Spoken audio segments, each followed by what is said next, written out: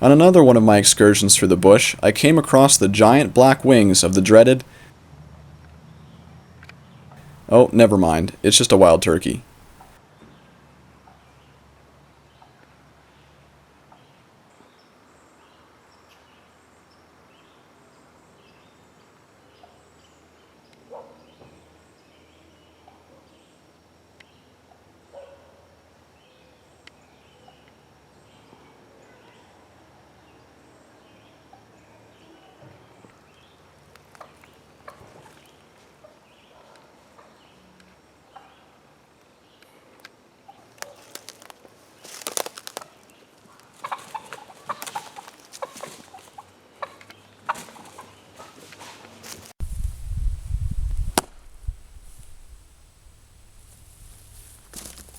Welcome to this episode of Outside Fun, where I'm building a log cabin on a budget. This video series is not meant to be instructional. It is, however, an invitation to view my journey as I strive to build a log cabin on a budget. Working with sharp tools, felling trees, building log cabins, etc. is inherently dangerous work, which is why they should not be attempted without the proper training, safety precautions, and full knowledge of the associated risks. Enjoy. Sincerely, The Outsider.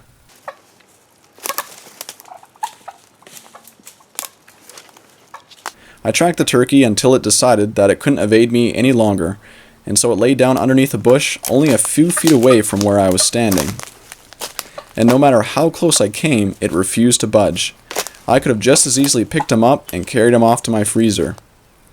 But I just couldn't do that to such an ugly little guy. Besides, it wasn't turkey season, and I didn't have the proper permits, so I left him in peace. Timber!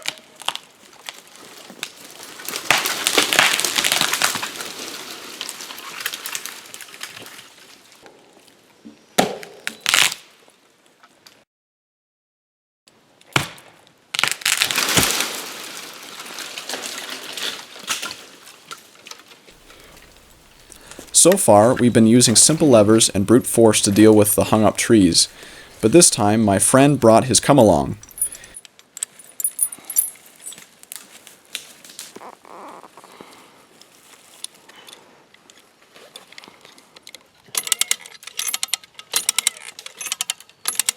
Even though the come-along is slow, it saved us a lot of sore muscles by the end of the day, and we were able to move trees that we may not have been able to move with brute force alone.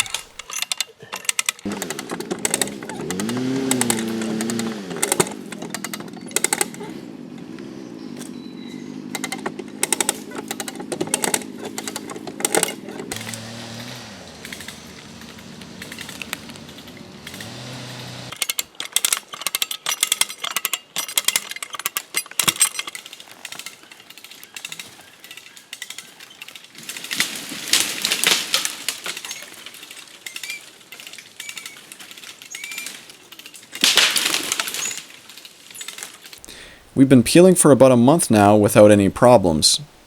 Since the start of June, the bark has been coming off very easily, and the sap has been very watery. But now that the first weekend of July has arrived, I'm starting to notice a change in the consistency of the cedar sap. It's getting thicker. This could be a problem. I wondered if the thickening sap will make the trees harder to peel.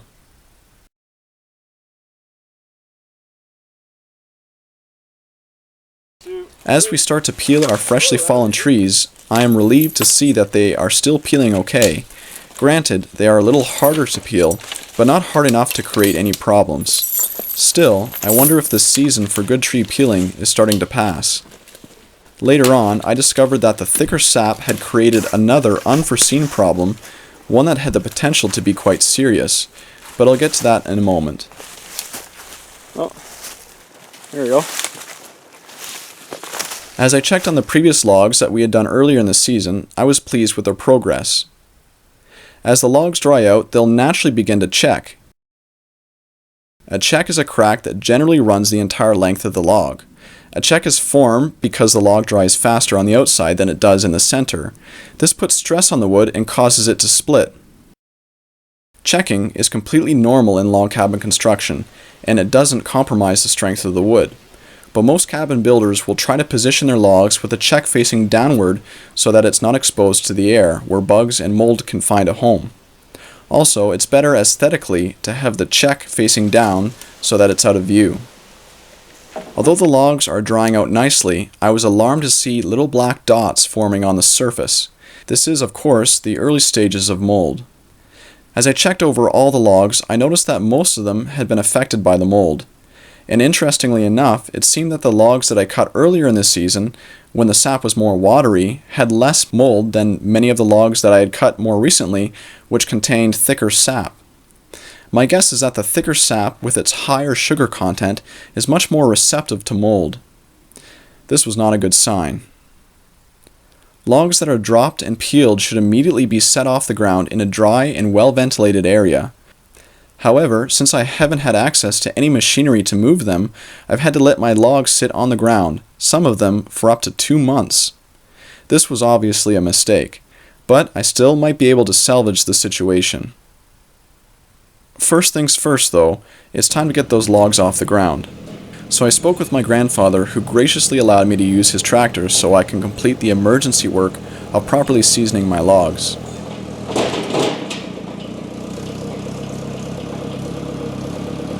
And just so you know, the process of drying out a log is called seasoning. It's important to season the logs for several reasons. Number one, building a log cabin with logs that have already seasoned and shrunk will greatly minimize the amount of shifting and settling the cabin will do after its construction. And this is a good thing if you want to keep your windows from breaking and your doors from warping. If you build with green logs, they might even twist out of their corner notches as they continue to dry out. Again, this is not a good thing. Number two, seasoned logs are lighter to work with. And three, if you build a cabin with green logs, you'll have no way of knowing where the checks are going to form, and so you won't be able to position them out of sight like I suggested earlier.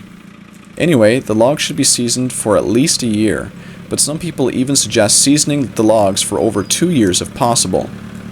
To set my logs off the ground, I first needed to find something to place underneath them. So I selected this larger poplar and I harvested its trunk to be the bottom log of my seasoning pile.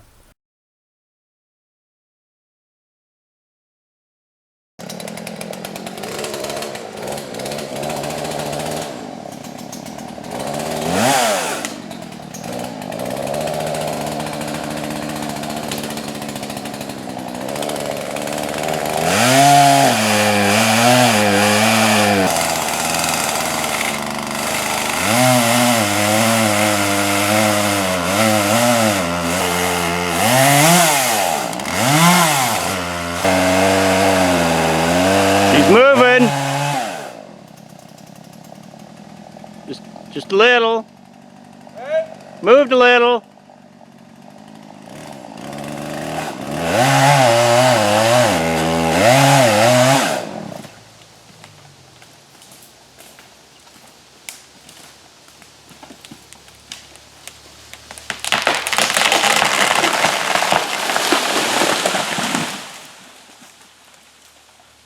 I located another poplar that had already fallen, and I was able to divide its trunk into 2 large logs, which gave me a total of 3 bottom logs that I would use to set my cedar on.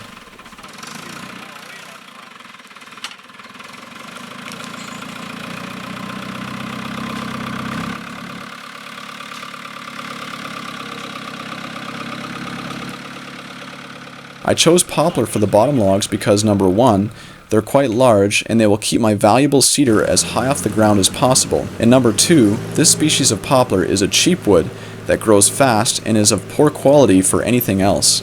So if the poplar goes rotten from being against the ground, it doesn't really matter. And when I'm done using them to hold my cedar logs up, I can cut them up into firewood. Poplar doesn't make the best firewood either, but at least I'll be getting the most value out of it. While I was cutting the first poplar, I didn't realize that I had been working in the center of a large poison ivy patch.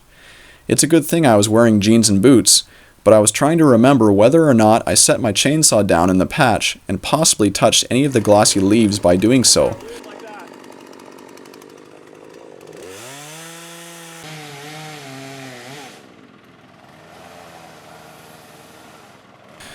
But now that I had already dropped the poplar, I didn't want it to go to waste, so I just tried not to touch my jeans as I quickly finished up chaining the log to the tractor.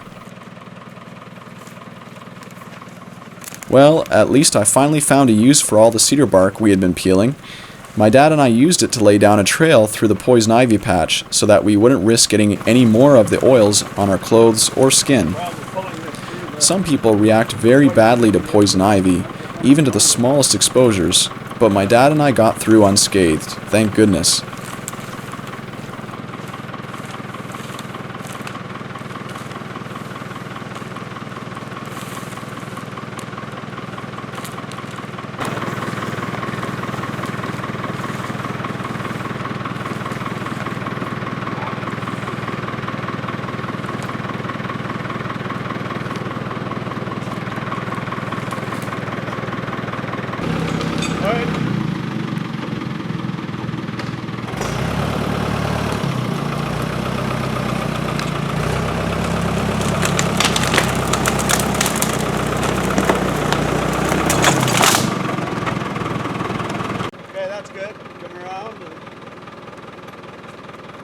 Don't let it slip on you, or it might pull it back.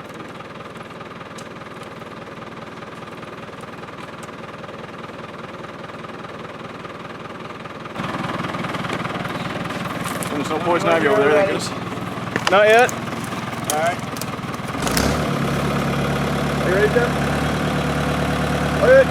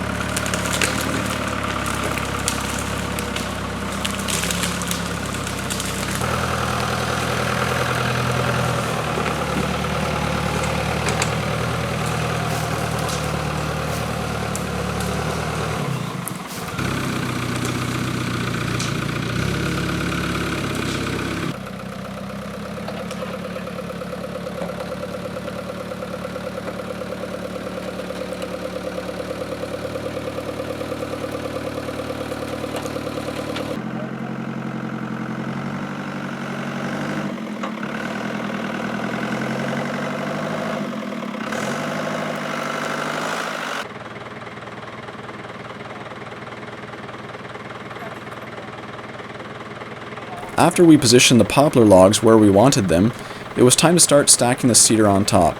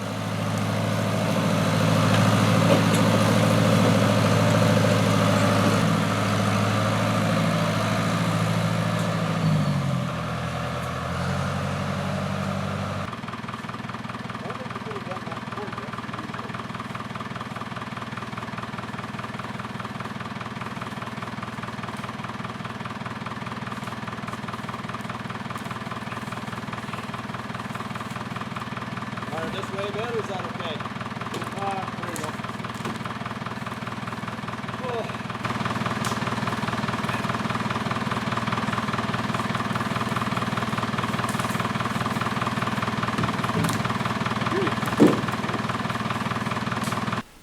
Now, to deal with the mold issue. I mixed 20 parts water, 10 parts bleach, and 1 part dish soap into a simple garden sprayer. The bleach will attack the mold, and the dish soap will help the bleach to seep deeper into the wood. I wasn't sure how well this was going to work, but I knew I had to try something.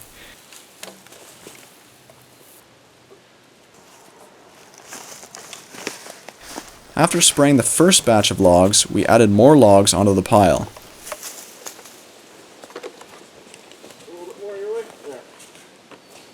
Jeff will have to.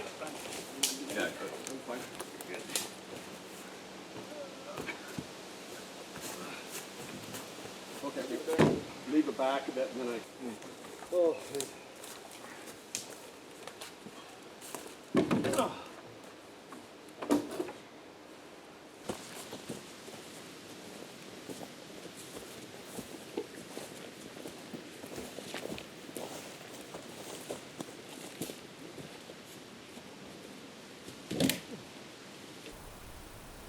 I haven't decided for sure yet, but I'm thinking that this would be a perfect building site for the cabin, right in front of the seasoning pile.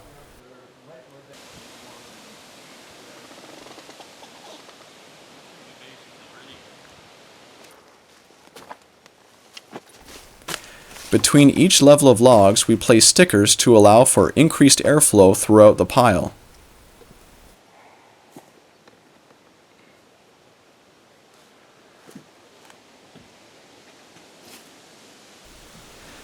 The good news is that the bleach treatment has already removed a good portion of the mold. In 1 hour, the logs went from looking like this before treatment to this after treatment.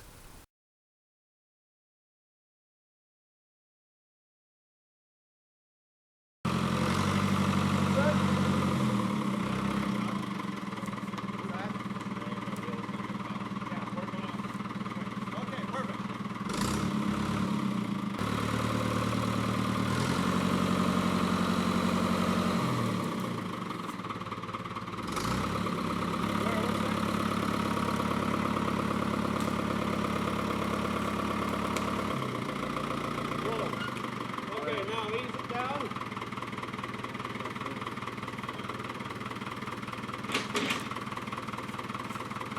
Very gently. Perfect. Okay. You just hang on to the job. That's the way there. Yeah. Yeah.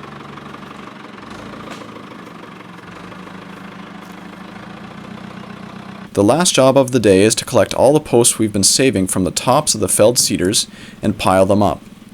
In this cabin project, every section of the tree gets used.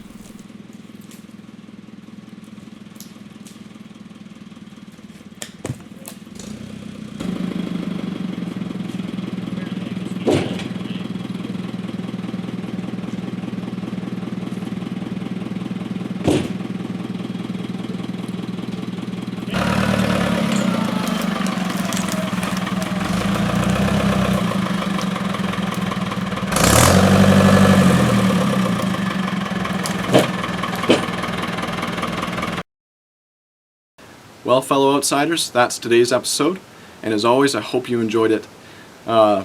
This series, Log Cabin on a Budget, is not about me teaching people how to do things, but rather it's all about me learning. And the good thing is I've started with a good knowledge base when it comes to log cabin building, but the fact of the matter is there's always room to grow, there's always room to learn more, and so this video series is more like a journal entry where I share my thoughts, observations I've made, where I come across problems and obstacles, and I learn solutions to those problems and overcome them. And case in point is the mold issue that I had, just learning a solution to that problem and overcoming it. And so I know that there's more to come, but I'm so thankful that you guys and girls are following along with me as I go along in this journey, as I learn and grow. So anyways, thank you.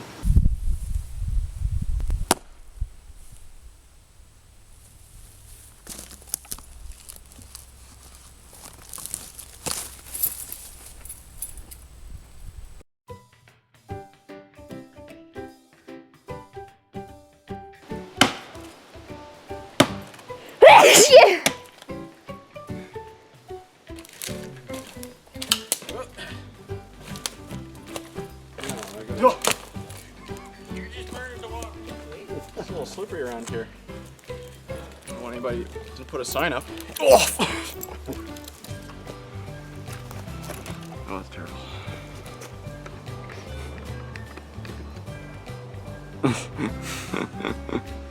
Oh, you're recording that, too.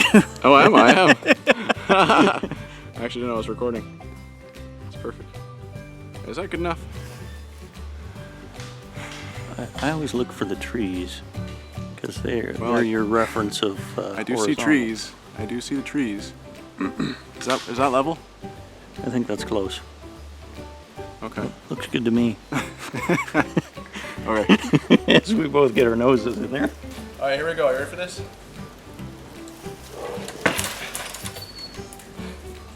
All right. We're ready. Yeah, what are you waiting on?